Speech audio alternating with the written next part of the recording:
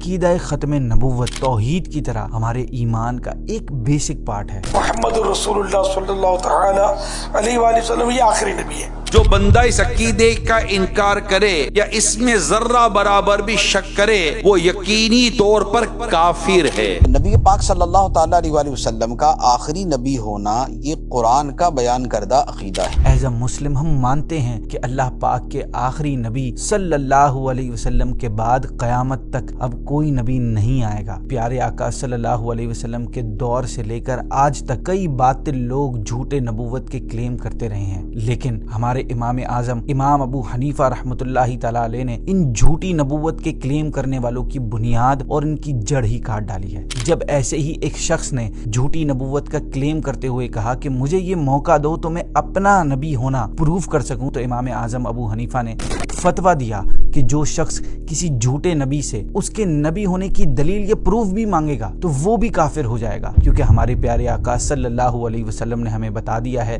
کہ ان کے بعد کوئی نبی نہیں آئے گا۔ اب ہمیں ضرورت نہیں کسی بھی دلیل یا پروف کی، اور نہ ہی کسی ایسے شخص کے ساتھ بحث کر کے اپنا ٹائم ضائع کرنے کی۔